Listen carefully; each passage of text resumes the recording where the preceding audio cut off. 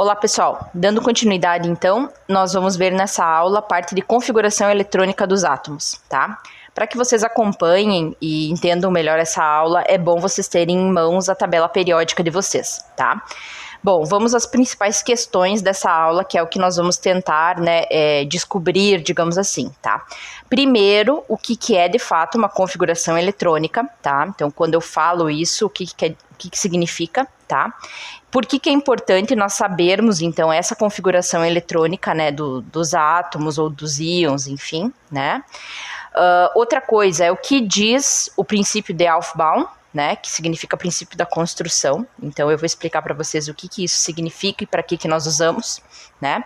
E, sendo um princípio, né, será que todos os átomos vão seguir esse princípio, né, que é o princípio da construção? Então, isso que a gente vai tentar desvendar, digamos assim, nessa aula, tá? Vocês vão ver que bastante nomes, né, vão acabar aparecendo nessa aula e na próxima, né, que eu acabei separando essa parte de configuração eletrônica, né, porque existem várias formas de vocês fazerem, né? Então, todos esses termos novos é importante que vocês anotem, né? Justamente para vocês entenderem depois quando a gente for falando a respeito disso, tá? Então, depois eu não retorno mais esses conceitos, né? Então, todo conceito novo vocês anotam, tá bom?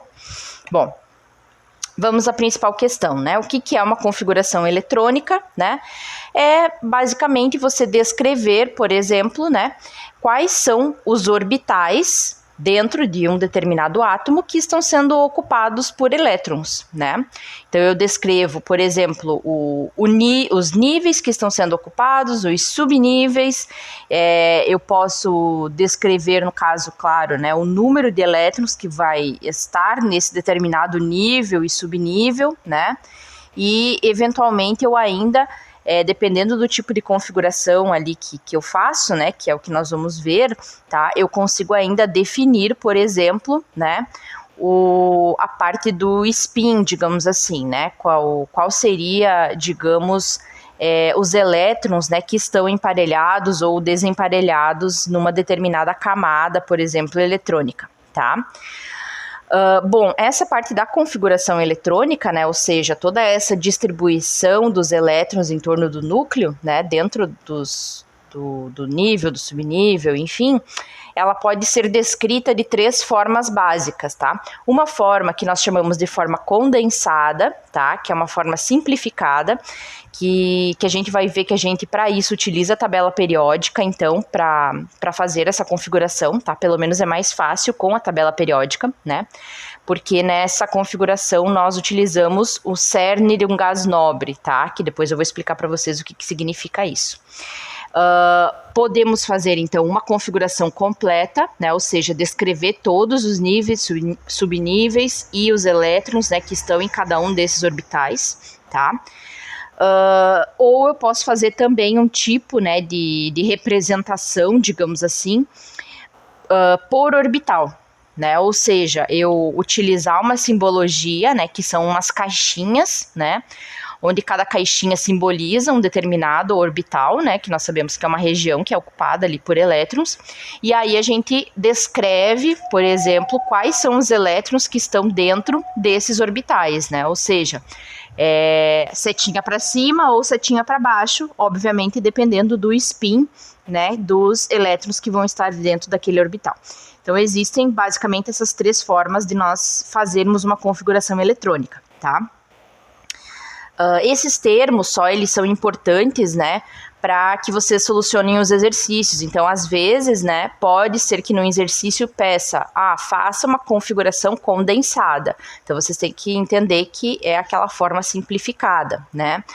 Faça, se ele falar só uma configuração eletrônica, só isso, vocês podem fazer como vocês quiserem, né, pode ser a completa ou não, enfim, né.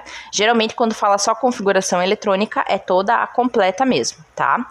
E por orbitais, geralmente, tá, se a questão não pede para você, né, falar, por exemplo, né, especificar cada um dos orbitais, né, geralmente você vai precisar fazer essa configuração quando a questão, digamos, pede para você dizer, né, olha, quantos elétrons estão emparelhados ou quantos estão desemparelhados nesse átomo, né? Então, para a gente visualizar essa questão, que é dos spins, né, de um determinado elétron, aí vocês vão precisar fazer essa de orbital mesmo para conseguir identificar quais que são emparelhados ou não, tá?